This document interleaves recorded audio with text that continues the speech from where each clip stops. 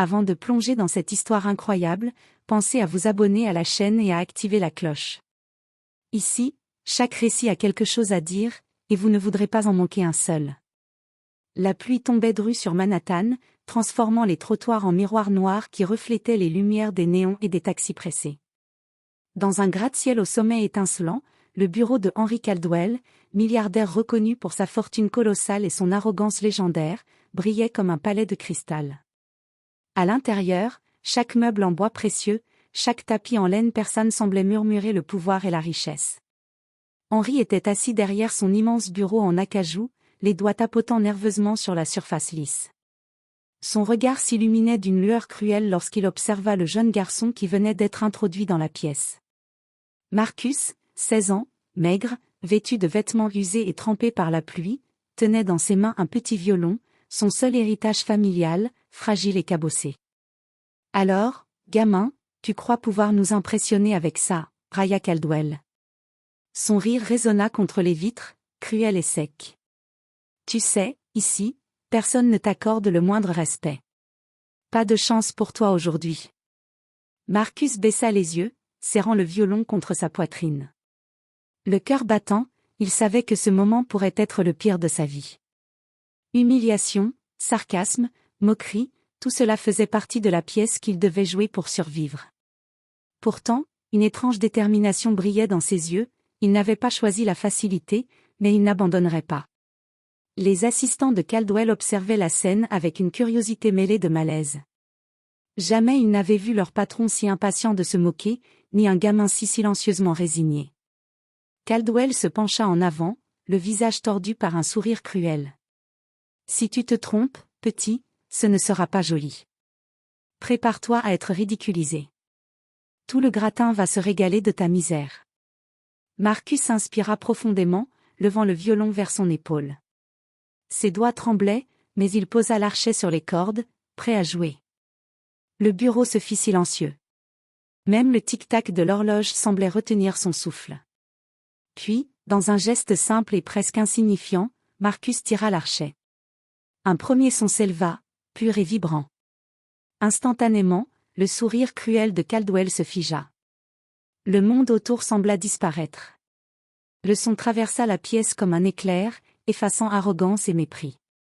Pour la première fois, Henry Caldwell se sentit déstabilisé. Et Marcus, sans le savoir, venait de transformer l'arrogance en admiration, l'humiliation en respect, par la simple magie d'un violon. Le bureau silencieux semblait plus vaste qu'il ne l'était en réalité. Les assistants de Caldwell, habituellement insensibles aux émotions humaines, retenaient leur souffle. Même le vent qui frappait contre les vitres semblait s'être arrêté.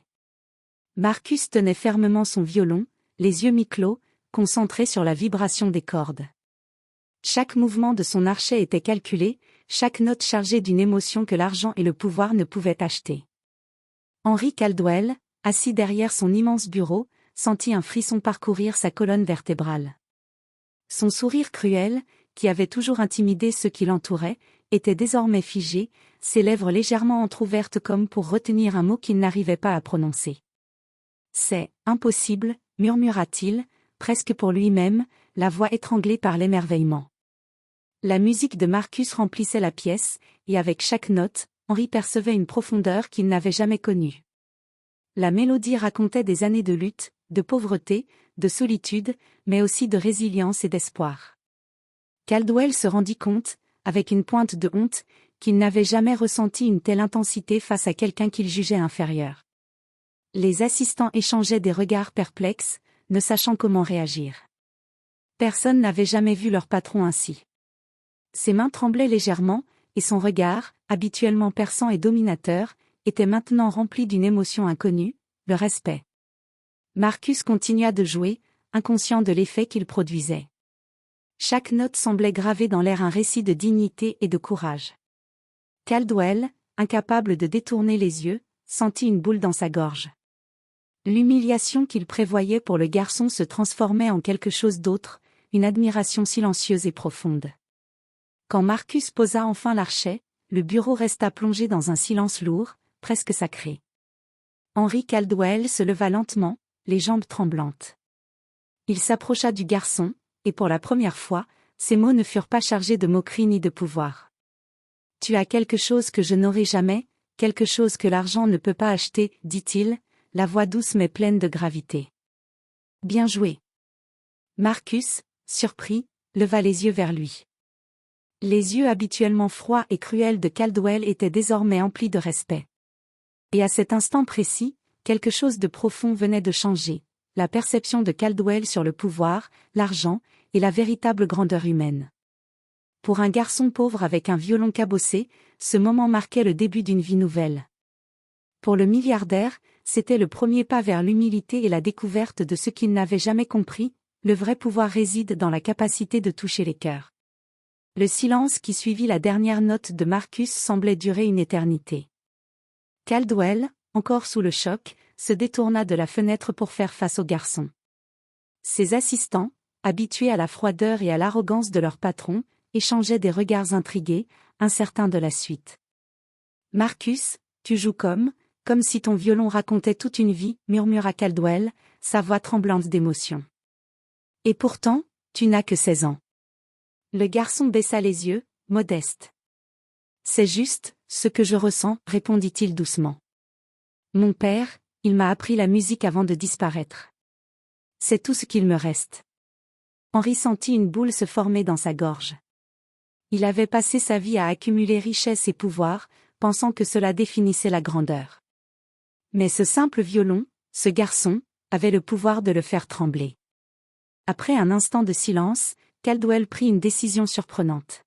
« Marcus, je veux que tu viennes travailler avec moi. Pas ici, pas pour faire le ménage ou apporter du café, je veux que tu fasses ce que tu sais faire. La musique. Je vais m'assurer que le monde entende ce que tu as à dire. » Le jeune garçon le regarda, incrédule. Jamais personne, surtout pas un homme comme Caldwell, ne lui avait offert une telle opportunité. Son cœur battait la chamade, partagé entre la peur de l'inconnu et l'espoir soudain d'un futur qu'il n'avait jamais osé imaginer. « Je ne sais pas quoi dire, » balbutia Marcus. « Pourquoi moi? Je ne suis qu'un pauvre gamin avec un vieux violon. » Caldwell s'approcha, le visage adouci par une rare sincérité. « Parce que tu as quelque chose que l'argent ne peut acheter. La vérité. La beauté. Le courage. Et c'est exactement ce que le monde a besoin d'entendre. » Les assistants, surpris par la transformation de leur patron, restèrent silencieux. Caldwell, pour la première fois, ne cherchait pas à humilier. Il cherchait à élever. Ce soir-là, dans le luxueux gratte-ciel de Manhattan, un milliardaire et un garçon pauvre concluaient un pacte silencieux. Marcus allait découvrir la vie qu'il n'avait jamais osé rêver, et Caldwell allait, peu à peu, apprendre ce que signifiait vraiment être puissant, non pas dominer les autres, mais les inspirer. Mais, au fond, Caldwell ne savait pas encore que cette décision allait le confronter à des souvenirs douloureux, à des regrets qu'il avait enterrés sous des montagnes d'argent, et que Marcus, malgré sa jeunesse, allait lui montrer la voie vers une rédemption qu'il n'avait jamais envisagée. Le lendemain matin, le bureau de Caldwell s'était transformé en un étrange mélange entre salle de musique et espace de travail. Un vieux piano, des partitions éparpillées sur une table, et le violon de Marcus placé avec soin dans un étui ouvert comme un trésor. Marcus, toujours nerveux, posa l'archet sur son violon. Caldwell se tenait près de la fenêtre, regardant la ville s'éveiller en silence, ses yeux fixés sur le garçon. Les assistants, toujours sceptiques, se demandaient comment ce simple adolescent pouvait occuper autant l'attention du milliardaire. « Tu dois comprendre une chose, Marcus, » commença Caldwell, d'une voix inhabituellement calme. « Ici, je n'attends pas que tu joues pour moi, je veux que tu joues pour toi.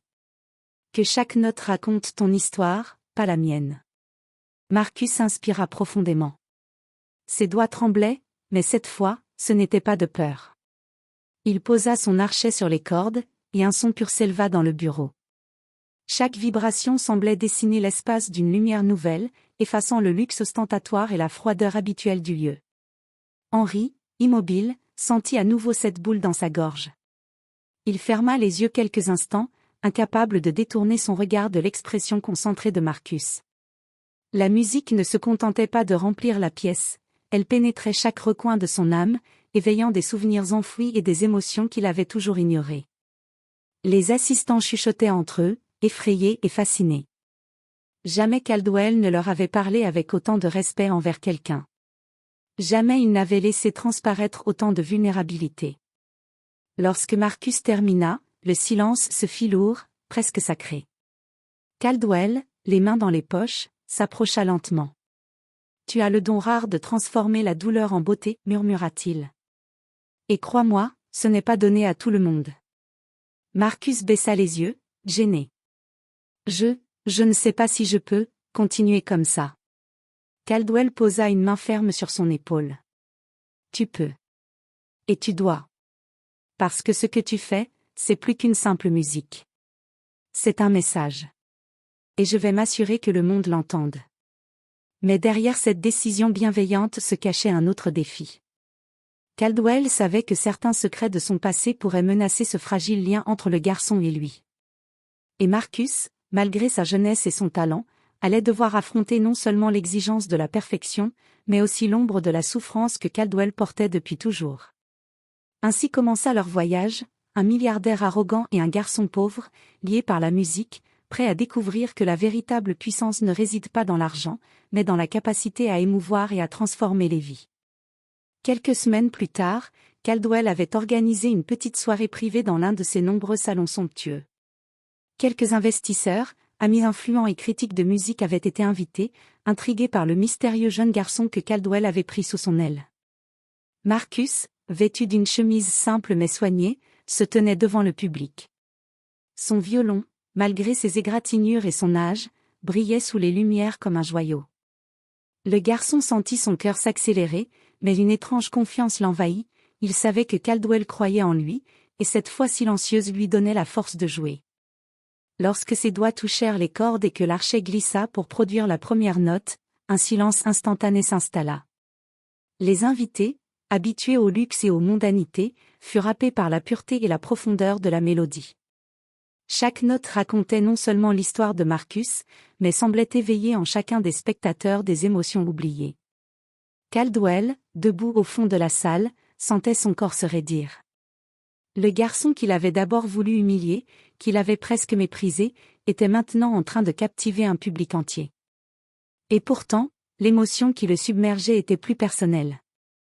Chaque note faisait remonter des souvenirs d'enfance, de solitude et d'erreurs qu'il avait commises par arrogance et orgueil. À la fin de la pièce, la salle resta silencieuse pendant quelques secondes, comme pour absorber la beauté de l'instant. Puis, un tonnerre d'applaudissements éclata. Caldwell, lui, resta immobile, les yeux embués, incapable de bouger immédiatement. Ses assistants échangèrent des regards fascinés, jamais ils n'avaient vu leur patron aussi profondément touché. Il est incroyable, murmura l'un d'eux. Caldwell, retrouvant lentement sa voix, s'approcha de Marcus. Tu vois, tu n'as pas seulement joué pour eux. Tu as joué pour moi. Et tu m'as rappelé ce que signifie ressentir, ce que signifie vraiment vivre. Marcus, les joues rouges, baissa les yeux. Je ne pensais pas que ça toucherait autant de monde. Caldwell posa une main sur son épaule, un geste rare et protecteur. Tu as fait plus que ça. Tu as ouvert un chemin que même l'argent et le pouvoir ne pourraient jamais créer. Et je ferai tout pour que le monde continue à entendre ta voix. Pourtant, ce succès fut accompagné d'une tension nouvelle. Certains invités, fascinés mais sceptiques, commencèrent à chuchoter sur la jeunesse de Marcus, sa pauvreté et son manque de formation classique. Caldwell sentit le poids de la responsabilité peser sur ses épaules. Protéger Marcus ne serait pas seulement une question de ressources, mais aussi de courage face à ceux qui jugent sans comprendre. Ainsi, le garçon pauvre et son milliardaire mentor entamaient un chemin semé de musique, de critiques, mais aussi de leçons de vie qui transformeraient à jamais leur perception du monde et du pouvoir. Quelques semaines après la première représentation, Caldwell avait organisé un concert plus important dans une prestigieuse salle de musique de Manhattan. Marcus, bien qu'habitué aux répétitions et aux petites soirées, ressentait pour la première fois le poids du regard d'un public nombreux et exigeant. À peine Marcus monta sur scène, un murmure parcourut la salle. Parmi les invités se trouvait Victor Langlais, un critique musical influent, réputé pour sa cruauté et son arrogance. Caldwell connaissait Victor depuis des années, autrefois allié, il était devenu un adversaire sournois, jaloux de tout succès qui ne venait pas de lui. Lorsque Marcus commença à jouer, les premières notes s'élevèrent, claires et émouvantes. Le public fut immédiatement captivé. Mais Victor fronça les sourcils, un sourire méprisant aux lèvres. Un gamin pauvre avec un violon cabossé, on va voir combien de temps il tiendra devant un vrai public, murmura-t-il à son voisin. La tension monta. Marcus sentit une boule se former dans sa gorge, mais il se rappela les mots de Caldwell, « Joue pour toi, pas pour eux ». Il concentra son énergie sur la musique, laissant chaque note exprimer sa vie, ses luttes et son courage. Mais alors qu'il arrivait à l'apogée de sa pièce, Victor se leva soudainement et lança un commentaire cinglant à voix haute. C'est touchant, mais un vrai musicien ne joue pas seulement avec le cœur. Il faut la technique, la rigueur, et lui, il n'a rien de tout ça. Un silence glacial s'installa. Les murmures se transformèrent en inquiétude. Caldwell sentit son sang bouillir. Sa première réaction fut la colère pure, mais il se rappela qu'il devait protéger Marcus, pas ajouter à la pression. D'un geste calme mais ferme, Caldwell s'avança. « Victor, je te laisse critiquer si tu veux, mais sache ceci, ce garçon a quelque chose que ni toi, ni aucun autre critique ici, ne pourra jamais avoir. Le courage de transformer la douleur en beauté. Et c'est ça qui touche les cœurs, pas la prétendue perfection technique. » Les yeux de Victor se plissèrent, surpris par l'audace du milliardaire. Marcus, encouragé par le soutien de Caldwell, poursuivit sa musique avec encore plus de passion. Chaque note semblait défier le cynisme et l'arrogance de Victor, captivant la salle entière. À la fin de la performance, le silence fut total, avant qu'une ovation retentissante n'éclate. Même Victor, malgré son air arrogant, sentit son cœur se serrer face à l'émotion pure qui émanait de Marcus. Caldwell posa une main rassurante sur l'épaule du garçon. « Tu vois, Marcus, même face à ceux qui veulent te rabaisser, la vérité et le talent finissent toujours par briller. » Ce soir-là, Marcus comprit une leçon cruciale, le chemin vers la reconnaissance serait semé d'épreuves et de critiques, mais avec Caldwell à ses côtés et sa musique comme arme, il pourrait surmonter tout obstacle. Quelques jours après le concert où Marcus avait brillamment affronté Victor l'Anglais, un phénomène inattendu se produisit. Des critiques, des journalistes et des influenceurs commencèrent à parler du jeune prodige et de l'histoire de sa rencontre avec Henry Caldwell. Rapidement, les réseaux sociaux s'enflammèrent, partageant la vidéo de sa performance et les commentaires admiratifs du public. Caldwell, d'abord surpris par cette soudaine attention, réalisa l'ampleur de ce que Marcus venait de provoquer. Le garçon, humble et concentré, n'avait jamais cherché la célébrité. Mais la beauté pure de sa musique et l'authenticité de son parcours touchaient les cœurs comme un ouragan silencieux. Le téléphone de Caldwell ne cessait de vibrer, invitations à des émissions, propositions de mécénat, et même des producteurs internationaux souhaitant collaborer avec Marcus. Mais pour Caldwell, le plus important restait de protéger le garçon. Il savait que le succès pouvait être dangereux, critiques acerbes, jalousie, et médias sans scrupules pouvaient transformer l'admiration en pression insoutenable. « Marcus, il y a beaucoup de choses qui vont changer pour toi, » dit Caldwell en l'accompagnant dans son bureau. « Le monde veut te voir, t'écouter, t'exposer, mais souviens-toi, ta musique vient de ton cœur. Ne la laisse jamais devenir un spectacle pour plaire aux autres. » Marcus hocha la tête, un mélange de nervosité et de fierté dans ses yeux. Il commençait à comprendre que son talent avait un pouvoir immense, mais qu'il devait rester fidèle à lui-même pour ne pas se perdre. Cependant, le succès apporta aussi son lot de défis. Certains sponsors et critiques se mirent à douter de la légitimité de Marcus à cause de son jeune âge et de ses origines modestes. D'autres se montrèrent jaloux de la relation privilégiée qu'il entretenait avec Caldwell. Mais à chaque attaque, la confiance que le milliardaire avait placée en lui servait de bouclier. Une semaine plus tard, Marcus fut invité à un gala prestigieux, accompagné de Caldwell. Ce fut la première fois qu'il se sentit réellement accepté dans un monde qu'il n'aurait jamais imaginé atteindre.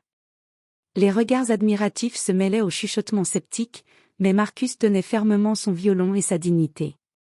À la fin de la soirée, alors que les médias s'empressaient autour d'eux, Caldwell murmura à Marcus. « Tu as changé ma vie, garçon. Je ne savais pas que l'on pouvait ressentir autant avec la musique d'un seul violon. » Et maintenant, le monde entier va ressentir ce que j'ai ressenti ce soir-là. Ce soir-là, Marcus comprit que son talent n'était plus seulement un refuge pour son passé difficile, c'était une lumière capable d'inspirer des milliers de vies. Et Caldwell, pour la première fois depuis des années, se sentit humble et ému, conscient que son argent et son pouvoir ne valaient rien face à la vérité pure et la beauté de la musique. Quelques semaines après le succès médiatique de Marcus, Caldwell commença à ressentir le poids de son passé.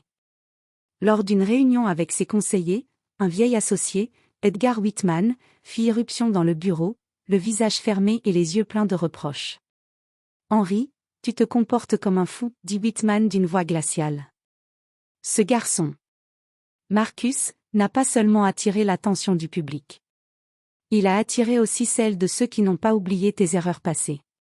Tu crois pouvoir jouer au bienfaiteur après tout ce que tu as fait? Caldwell sentit une sueur froide parcourir son dos. Les anciennes affaires qu'il avait toujours préféré enterrer ressurgissaient soudainement, décisions financières discutables, trahison de partenaires, et scandales qu'il avait cru enfouis à jamais. Marcus, assis dans un coin du bureau, sentit l'atmosphère se charger d'électricité.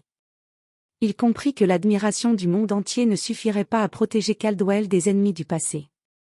Son courage fut mis à l'épreuve, devait-il intervenir, parler, ou rester silencieux? Je ne comprends pas tout, murmura Marcus. Pourquoi est-ce que quelqu'un voudrait nous séparer? Caldwell s'approcha de lui, posant une main rassurante sur son épaule. Parce que certains ne veulent pas voir quelqu'un comme toi réussir. Et parce que je n'ai pas toujours été un homme irréprochable. Mais cette fois, je ne laisserai personne te nuire, ni à toi, ni à ce que nous avons commencé. Whitman croisa les bras, l'air menaçant. Tu penses pouvoir protéger ce gamin avec ton argent et ton influence? La vie n'est pas une mélodie que l'on peut jouer parfaitement. Elle est dure, cruelle, et parfois elle vous écrase avant que vous n'ayez pu toucher une seule note. Caldwell respira profondément. Il savait qu'il devait agir avec prudence. Mais pour la première fois depuis des années, il sentit que sa richesse et son pouvoir pouvaient servir à quelque chose de plus noble, protéger Marcus et lui offrir une chance de briller malgré les tempêtes. Alors nous affronterons cette tempête ensemble, déclara-t-il avec fermeté. Tu as le courage, la musique et le cœur. Et moi, j'ai appris à ne pas fuir mes responsabilités. Marcus sentit une nouvelle détermination naître en lui. Cette épreuve, bien que terrifiante, serait une étape nécessaire pour prouver non seulement son talent, mais aussi sa force intérieure. Et Caldwell, en affrontant les fantômes de son passé, commença à découvrir une vérité simple mais profonde: protéger la beauté et la sincérité est la plus grande puissance de toutes. La tempête qui s'annonçait serait peut-être la plus dure qu'ils aient jamais affrontée, mais ensemble, ils étaient prêts à défier le monde et à transformer l'adversité en une symphonie de courage et de résilience. Le lendemain du gala où Marcus avait émerveillé la presse, un événement imprévu fut annoncé, une performance en direct à la télévision nationale. Caldwell avait accepté cette opportunité pour propulser Marcus sur une scène encore plus grande, mais il savait que l'enjeu serait énorme. Le jour J, Marcus entra dans le studio, tremblant légèrement sous les projecteurs et le regard des caméras. Le public en plateau et les millions de téléspectateurs à la maison représentaient une pression sans précédent. Caldwell, à quelques mètres de lui, le regardait intensément, partageant son anxiété et son soutien silencieux. Tout se déroulait bien jusqu'à la 3e pièce.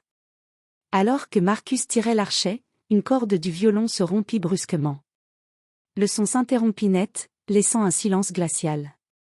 Les caméras semblaient figées, et le public retint son souffle. Les critiques et les téléspectateurs se mirent à murmurer, certains riant presque nerveusement. Marcus sentit son cœur s'emballer. La peur de l'échec, la honte, et l'angoisse de décevoir Caldwell le paralysèrent un instant. Il ferma les yeux, tentant de reprendre son souffle, mais la pression du moment semblait écrasante. Caldwell, cependant, ne bougea pas. Il s'avança lentement, posa une main sur l'épaule de Marcus et dit d'une voix ferme mais douce. « Marcus, ce n'est qu'une corde. Ce n'est pas ta musique, ce n'est pas ton cœur. Respire. Continue. Montre-leur qui tu es vraiment. » Ces mots, simples mais puissants, firent l'effet d'un électrochoc. Marcus rouvrit les yeux, inspira profondément, et commença à improviser, utilisant les 3 cordes restantes. La mélodie, bien que différente de ce qu'il avait prévu, gagnait en intensité et en émotion. Chaque note racontait la résilience, le courage face à l'adversité et la beauté de ne jamais abandonner. Le public, d'abord choqué, fut bientôt captivé. Les murmures se transformèrent en exclamations d'admiration. Caldwell, les yeux brillants, sentit une fierté immense. Le garçon qu'il avait voulu protéger venait de transformer un échec en triomphe. Lorsque la dernière note retentit, un tonnerre d'applaudissements envahit le studio. Marcus, haletant mais souriant, baissa les yeux vers Caldwell. Le milliardaire hocha la tête, la gorge nouée par l'émotion. C'est ça, Marcus. C'est ça le vrai talent. Ce n'est pas la perfection, mais la capacité de transformer les obstacles en beauté. Cette performance inattendue fit de Marcus un prodige encore plus respecté et aimé. Mais elle avait aussi marqué un tournant pour Caldwell. Il comprit que son rôle n'était pas seulement de financer et protéger, mais de guider et inspirer le garçon à travers les épreuves de la vie réelle. Ce soir-là, Marcus et Caldwell savaient que, peu importe les défis à venir, leur lien et leur détermination seraient la clé pour affronter toutes les tempêtes. Quelques mois après les succès de Marcus, leur duo était devenu célèbre. Les médias parlaient de la relation miraculeuse entre le milliardaire et le jeune prodige. Mais avec la renommée venait la pression, la jalousie et les rumeurs. Un matin, Marcus reçut une proposition inattendue. Un producteur international lui offrait un contrat solo extrêmement lucratif, avec des tournées mondiales et une visibilité que même Caldwell n'avait jamais imaginée. Mais il y avait une condition, Marcus devait quitter Caldwell et se produire sous son seul nom, sans mentor ni accompagnateur. Le garçon fut partagé entre la tentation et la loyauté. Caldwell avait été plus qu'un mentor, il avait cru en lui quand personne d'autre ne l'avait fait. Mais l'opportunité était énorme, et Marcus savait qu'il ne pourrait peut-être jamais la revivre. Lorsqu'il parla de l'offre à Caldwell, ce dernier sentit son cœur se serrer. L'ombre de la peur qu'il avait toujours eue, celle de perdre ce qu'il chérissait, refit surface. Mais il masqua sa douleur sous un calme apparent. « Marcus, ce que tu as reçu est une chance unique. Je ne te retiendrai jamais contre ta volonté. Mais rappelle-toi ceci, la vraie réussite ne se mesure pas seulement à la renommée ou à l'argent. Elle se mesure à la fidélité à soi-même et aux valeurs que tu portes. » Marcus baissa les yeux, troublé. Il voyait la sincérité dans les yeux de Caldwell et savait que la décision qu'il prendrait pourrait briser ou renforcer leur lien. Le jour suivant, lors d'une répétition, Marcus sentit le poids du doute peser sur chaque note. Caldwell, attentif, s'approcha et posa doucement sa main sur l'épaule du garçon. « Tu es capable de briller seul, mais sache que je crois en toi, peu importe la route que tu choisiras. Et si jamais tu pars, sache que tu pars avec tout mon respect et mon soutien. » Ces mots libérèrent Marcus de son anxiété. Il comprit que le choix devait venir de son cœur, et non de la peur ou de la pression extérieure. Il leva les yeux, déterminé. « Je veux continuer, avec vous. Parce que ce que nous avons créé ensemble ne peut pas se reproduire ailleurs. Ma musique, elle a besoin de notre lien. » Caldwell sourit, ému et soulagé. Pour la première fois depuis longtemps, il sentit que leur confiance mutuelle avait été renforcée, malgré les tentations et les obstacles. Mais dans l'ombre, certains ennemis du passé, jaloux de ce duo unique, commençaient à comploter pour semer la discorde et tester à nouveau leurs forces. Le vrai défi n'était pas seulement le succès ou la célébrité, mais la capacité à protéger leur relation contre ceux qui voulaient la briser. Le jour tant attendu arriva, un concert mondial retransmis en direct, réunissant les plus grands critiques, mécènes et amateurs de musique du monde entier. Marcus devait interpréter une pièce originale qu'il avait composée, inspirée de son passé, de ses luttes, et du lien unique qu'il partageait avec Caldwell. Derrière les coulisses, Marcus tremblait légèrement. Caldwell posa une main sur son épaule, avec ce mélange de fermeté et de tendresse qui avait toujours apaisé le garçon. « Respire, Marcus. Ce n'est pas seulement une performance. C'est la preuve que tout ce que nous avons traversé avait un sens. Montre-leur le pouvoir de ton cœur. » Les lumières s'éteignirent. Le silence fut absolu. Marcus leva son violon et, pour la première fois, il sentit chaque note couler non pas de ses mains, mais de son âme. La mélodie commença doucement, puis grandit en intensité, touchant chaque spectateur et téléspectateur. Les souvenirs douloureux, la pauvreté, l'humiliation passée, la peur de l'échec, tout se transforma en beauté pure. Mais alors qu'il approchait du moment culminant, un incident survint, une coupure de courant plongea la salle dans l'obscurité totale. Un murmure d'inquiétude parcourut le public. Marcus, cependant, ne perdit pas son calme. Il continua de jouer à l'oreille, chaque note résonnant dans l'obscurité, transformant le chaos en un moment de pure magie.